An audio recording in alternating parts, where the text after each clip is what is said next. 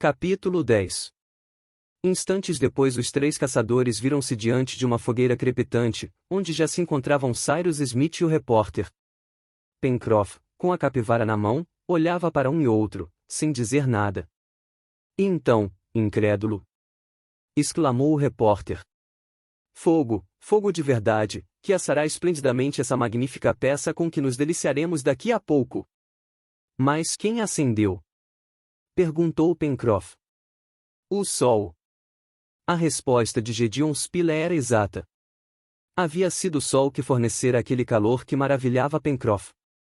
O marujo negava-se a crer nos próprios olhos, achando-se de tal forma estupefato que não lhe ocorria interrogar o engenheiro. Dispunha então de uma lente? Perguntou Harbert a Cyrus Smith. Não, meu rapaz, este respondeu, mas fabriquei uma. E mostrou o dispositivo usado como lente, feito simplesmente a partir dos dois vidros que ele retirara do relógio do repórter e do seu. Após tê-los enchido com água e tornado suas beiradas aderentes usando um pouco de argila, fabricaram uma verdadeira lente, que, convergindo os raios solares para um musgo bem seco, provocara sua combustão. O marujo considerou o artefato e olhou para o engenheiro sem pronunciar uma palavra. Seu olhar, contudo, dizia muito. Se, para ele, Cyrus Smith não era um deus, era, seguramente, mais que um homem.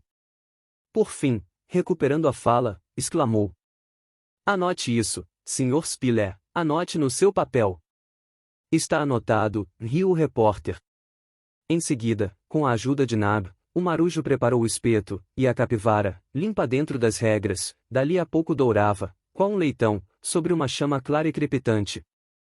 As chaminés foram se tornando mais habitáveis, o fogo da lareira aquecia as galerias, as divisórias de pedra e areia haviam sido refeitas. Como vemos, o engenheiro Spilett havia empregado bem o dia. Cyrus Smith estava praticamente recuperado e aventurara-se no planalto. De lá, seu olho, acostumado a calcular alturas e distâncias, fixara-se demoradamente naquele cone, cujo ponto culminante ele pretendia alcançar no dia seguinte. Estimou a altitude da montanha, situada a aproximadamente 8 quilômetros a nordeste, em 1000 metros acima do nível do mar.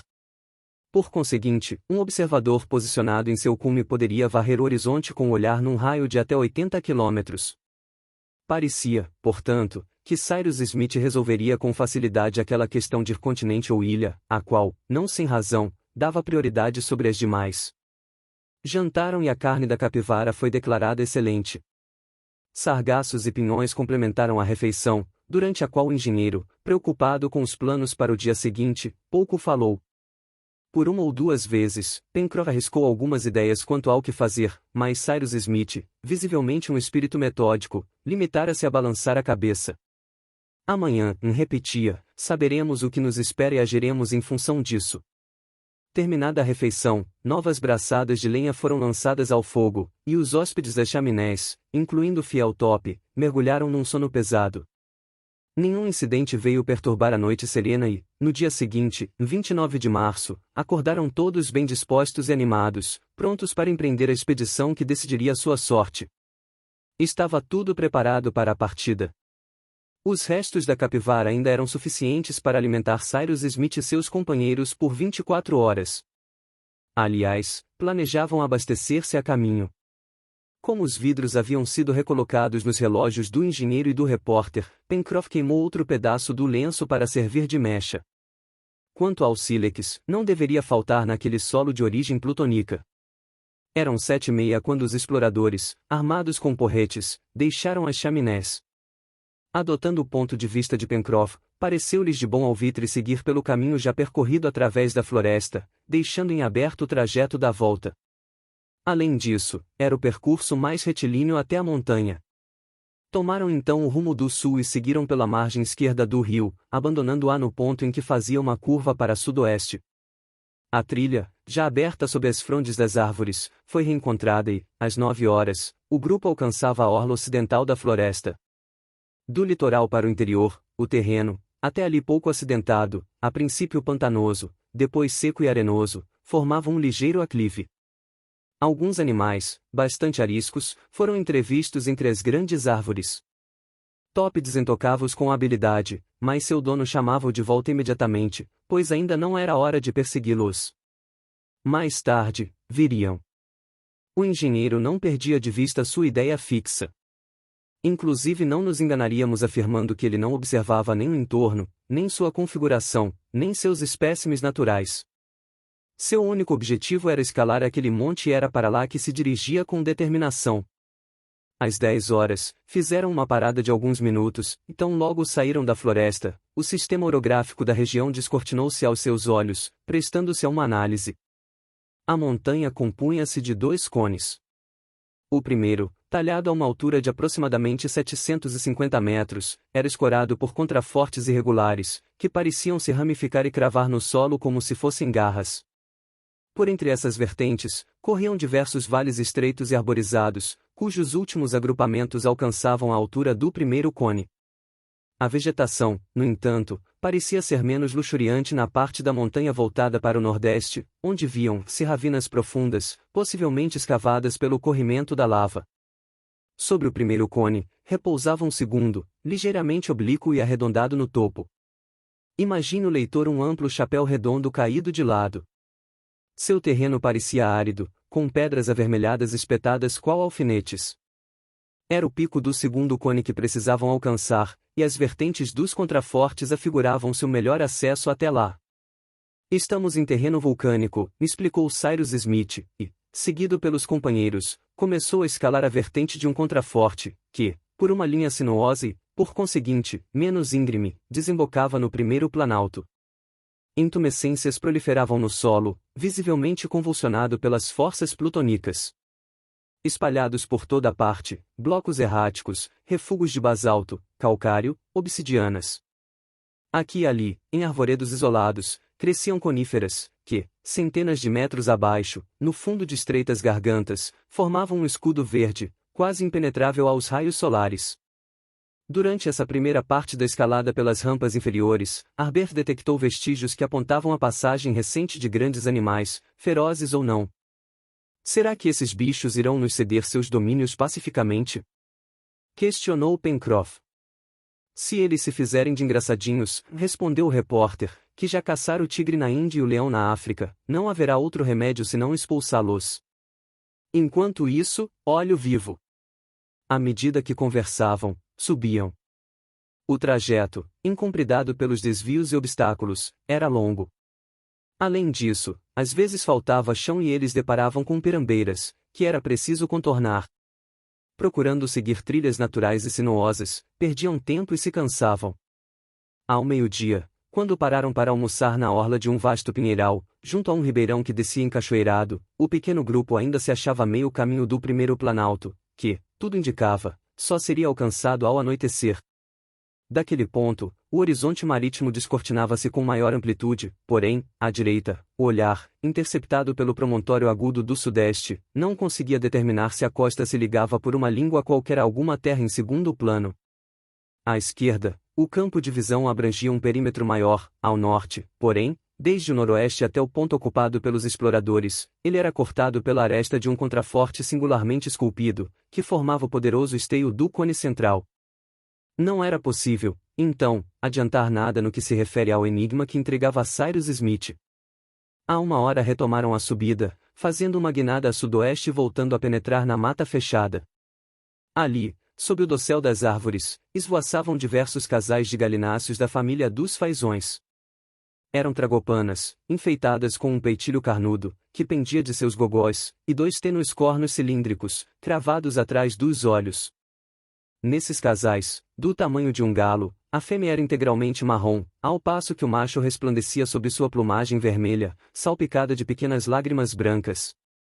Com uma pedrada certeira e contundente, Gideon Spilett matou uma daquelas tragopanas, para a qual Pencroff, já faminto, voltou os olhos com certa cobiça. Saindo da mata, os alpinistas, para cortar caminho, escalaram um paredão de 30 metros e alcançaram um patamar superior, escasso em árvores e de solo aparentemente vulcânico. Viram-se então obrigados a embicar para leste, fazendo curvas para tornar as subidas mais amenas, pois estas eram escarpadas e todo o cuidado era pouco na hora de escolher onde pisar. Nab e Harbert mantinham-se à frente, Pencroff fechava o grupo, entre eles, Cyrus e o repórter. Os animais que frequentavam aqueles contrafortes, e rastros era o que não faltava, de certo pertenciam à raça, caracterizada por patas firmes e espinha flexível, das camurças ou cabras montesas. Mas não era esse o nome pelo qual Pencroff os conhecia, pois, ao vê-los, exclamou: carneiros! Os colonos encontravam-se a 15 metros de meia dúzia de animais de grande porte, com robustos chifres encurvados para trás e achatados próximo à ponta, tosão lanoso, escondido sob longos pelos sedosos cor de ferrugem. Não eram carneiros comuns, mas uma espécie típica das regiões montanhosas das zonas temperadas, a qual Harbert designou como carneiros selvagens. Possuem pernil e costeletas? Perguntou o marujo. Sim, respondeu Harbert. Então são carneiros, decidiu Pencroff.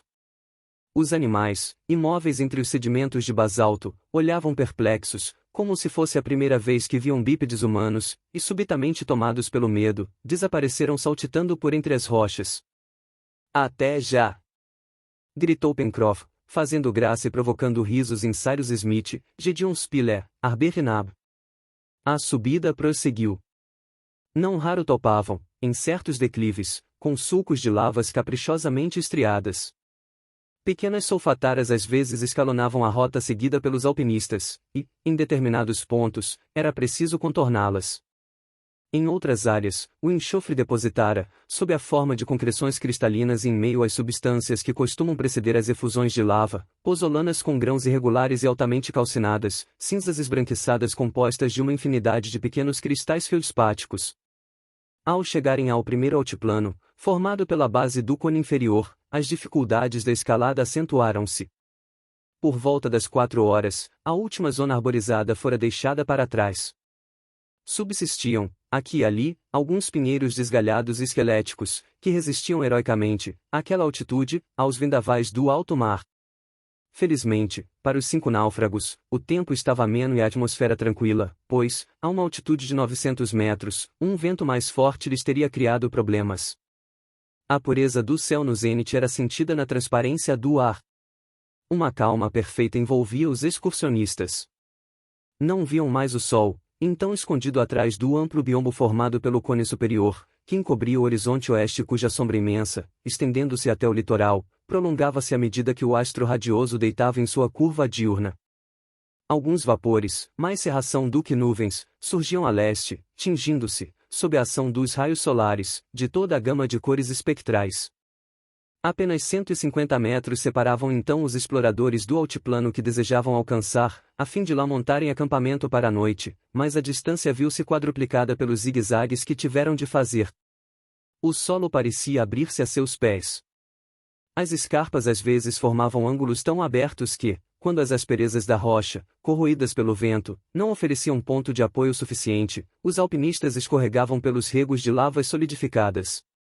Por fim, veio o crepúsculo e já era quase noite quando Cyrus Smith e seus companheiros, esgotados depois de uma escalada de 7 horas, chegaram à mesa do primeiro cone. Trataram então de montar acampamento e recobrar forças, jantando primeiro, dormindo em seguida. Esse segundo patamar da montanha assentava-se sobre uma base de rochedos, entre os quais não foi difícil encontrar abrigo. A lenha era escassa, mas obteriam fogo recorrendo aos musgos e arbustos secos espalhados em determinadas áreas do planalto. Enquanto o marujo armava fogueira sobre pedras que dispôs para esse fim, Nab e Harbert iam à cata de lenha, voltando dali a pouco com um fardo de arbustos. A pederneira foi acionada e o lenço absorveu as fagulhas do sílex, as quais, sopradas por Nab, geraram um fogo crepitante, protegido pelas pedras. Esse fogo destinava-se tão somente a combater a temperatura um pouco fria da noite e não foi usado para assar o fazão, que Nab guardara para o dia seguinte. Os restos da capivara e algumas dezenas de pinhões compuseram o jantar. Ainda não eram 6:30 quando terminaram a refeição. Ocorreu então a Cyrus Smith a ideia de aproveitar a semipenumbra para explorar a ampla base circular que escorava o cone superior da montanha. Não sossegaria enquanto não soubesse se este poderia ser contornado, na eventualidade de seus flancos, demasiado escarpados, impedirem o acesso até o topo. Era uma questão deveras preocupante, pois, na direção para a qual o chapéu se inclinava, isto é, o norte, o planalto poderia não oferecer estabilidade. Ora, se o cume da montanha não pudesse ser alcançado e, ao mesmo tempo, não houvesse um meio de contornar a base do cone, seria impossível examinar a zona ocidental do território, e a principal missão da escalada não seria cumprida. Portanto, deixando o cansaço de lado e encarregando Pencroff e Nab de organizar o pernoite e Gedeon Spilett de registrar os incidentes do dia, o engenheiro seguiu a borda circular do Planalto, dirigindo-se para o norte. Harbert o acompanhava. Era uma noite bonita e tranquila, a escuridão, ainda pouco profunda. Cyrus Smith e o rapaz caminhavam lado a lado, em silêncio. Em determinados trechos, o Planalto espraiava-se à frente deles e eles avançavam sem contratempos. Em outros, obstruído pelos deslizamentos, oferecia apenas uma picada, pela qual não passavam duas pessoas emparelhadas. Após um estirão de 20 minutos, Cyrus Smith e Harbert viram-se obrigados a parar. A partir daquele ponto, as rampas dos dois cones se juntavam, não havendo mais qualquer diferença entre as duas partes da montanha. Contorná-la, desafiando penhascos com aproximadamente 70 graus de inclinação, era impraticável. Obrigados a desistir da rota circular, consideraram então a possibilidade de retomar a escalada direta do cone. Com efeito, diante deles abria-se uma fissura profunda.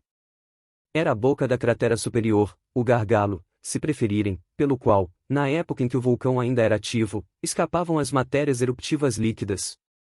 As lavas solidificadas e as escórias incrustadas formavam uma espécie de escadaria natural, com degraus largos, facilitando o acesso ao cume. Um relance foi suficiente para Cyrus Smith reconhecer aquela formação geológica, e, sem hesitar, seguido pelo adolescente, ele penetrou na imensa fissura, em meio à crescente escuridão. Ainda restavam 300 metros de escalada. As vertentes internas da cratera ofereceriam uma passagem? Teriam de verificar. Enquanto houvesse como avançar, o engenheiro não cogitava desistir.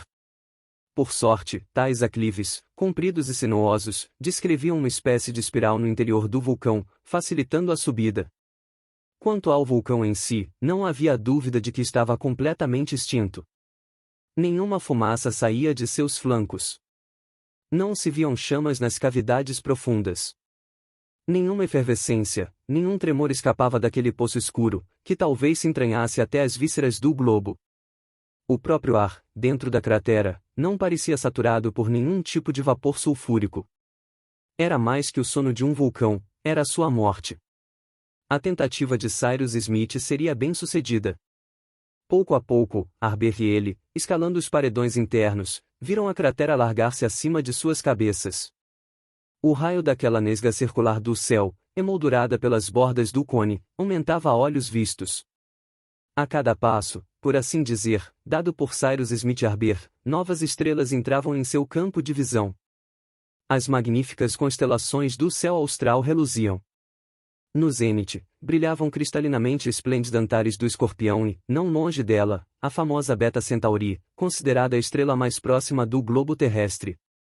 Em seguida, à medida que a cratera se alargava, surgiram Fomalhaut, na constelação do Peixe, o Triângulo Austral e, por fim, quase no polo antártico do mundo, a fulgurante constelação do Cruzeiro do Sul, que ocupa a posição análoga à estrela polar no hemisfério norte.